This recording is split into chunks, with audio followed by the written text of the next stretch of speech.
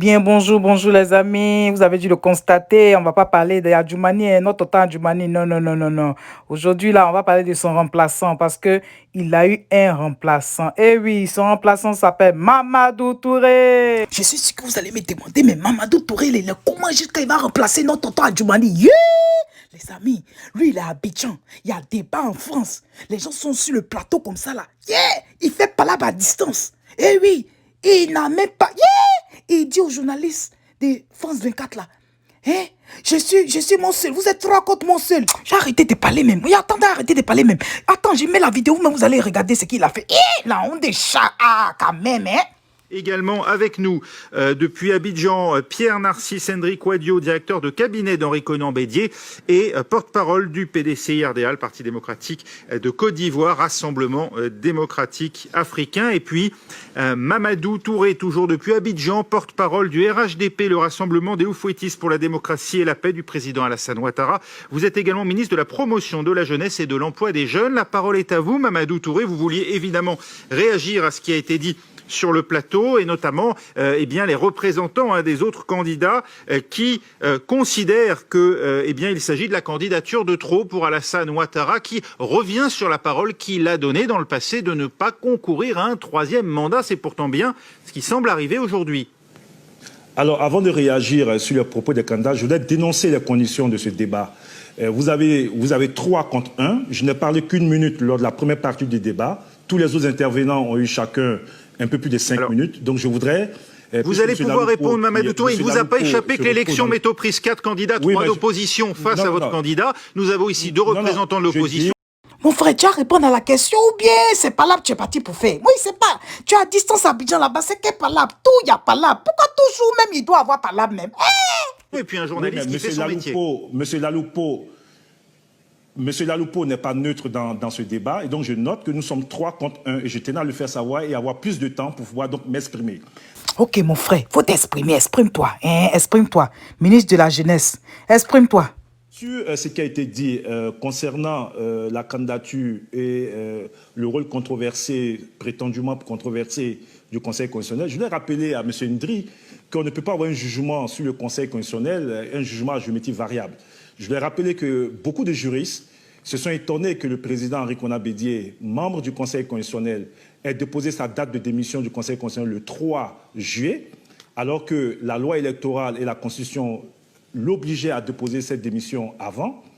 Alors on ne peut pas saluer une décision du Conseil constitutionnel lorsqu'elle acte la candidature d'Henri Konan Bédier et dénoncer une décision du Conseil constitutionnel lorsqu'il s'agit donc d'Alassane Ouattara. Donc on ne peut pas avoir une position à géométrie variable. La candidature du président Ouattara, si vous le voulez bien, pour qu'on comprenne, parce que c'est vrai que notamment notre public de l'étranger ne comprend pas forcément ce qui fait débat dans cette candidature. Non, ce que je dis, c'est que vous avez une nouvelle constitution qui a été adoptée en 2016.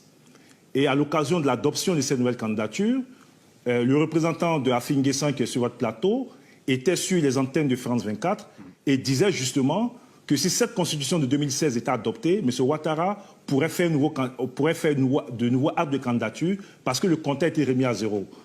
Mon frère, tu es en train de faire référence à quelqu'un qui est sur le plateau. Toi-même, tu dis quoi? C'est quoi ta réponse? Ok, j'aime mettre ce que même ton président a dit. Toi, tu ne peux pas parler.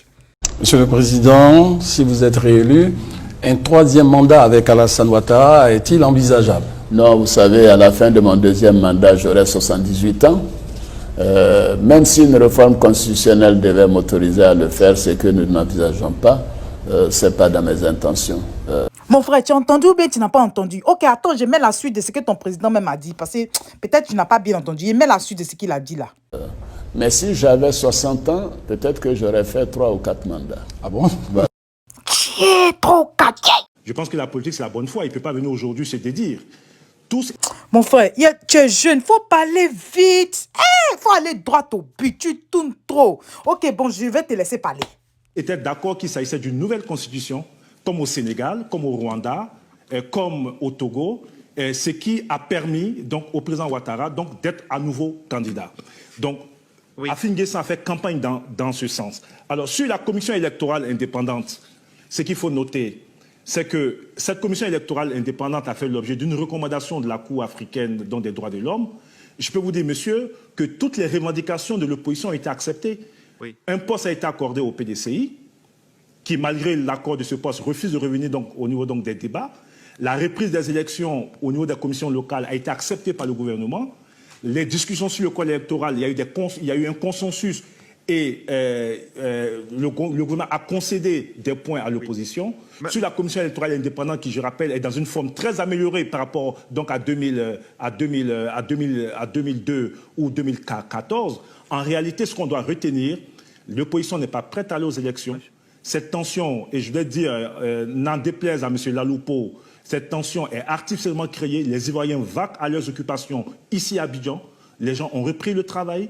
Les manifestations que nous avons eues, ça a été le fait de guérillas organisées par un groupuscule d'extrémistes violents qui ont tué, qui ont pillé. Et le gouvernement a tout mis en œuvre pour arrêter ces violences. Aujourd'hui, la Côte d'Ivoire est en paix et nous allons œuvrer pour que cette paix continue.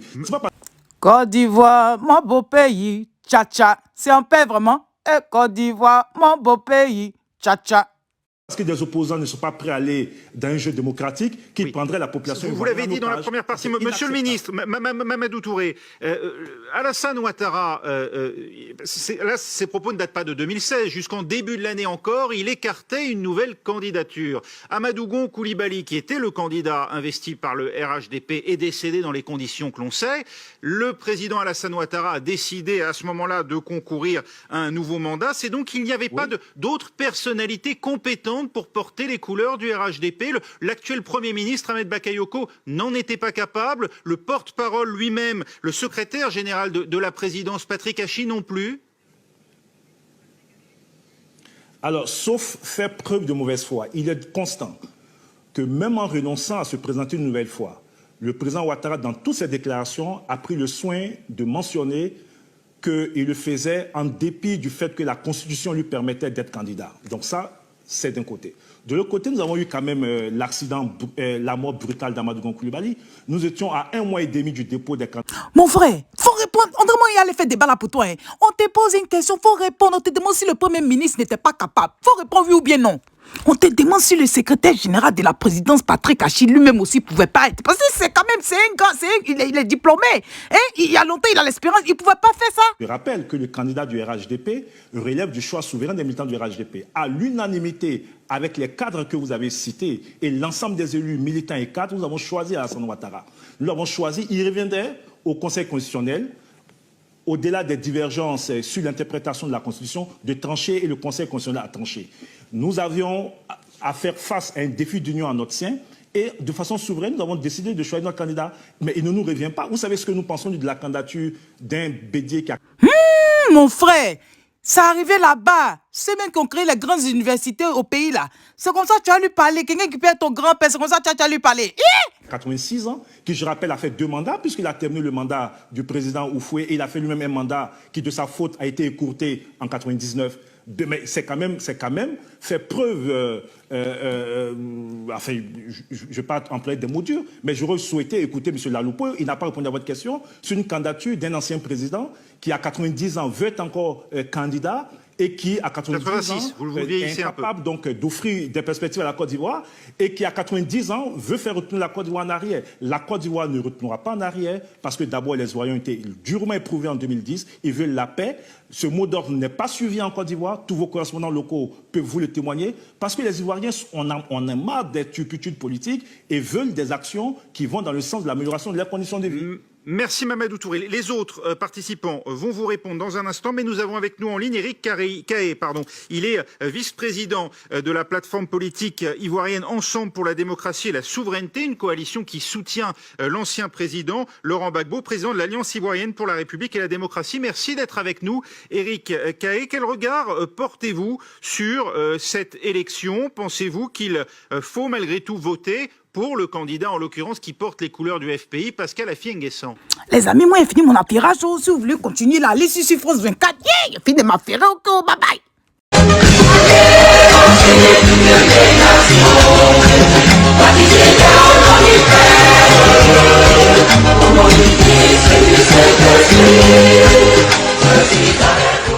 Toujours, je suis avec vous, toujours. Hey.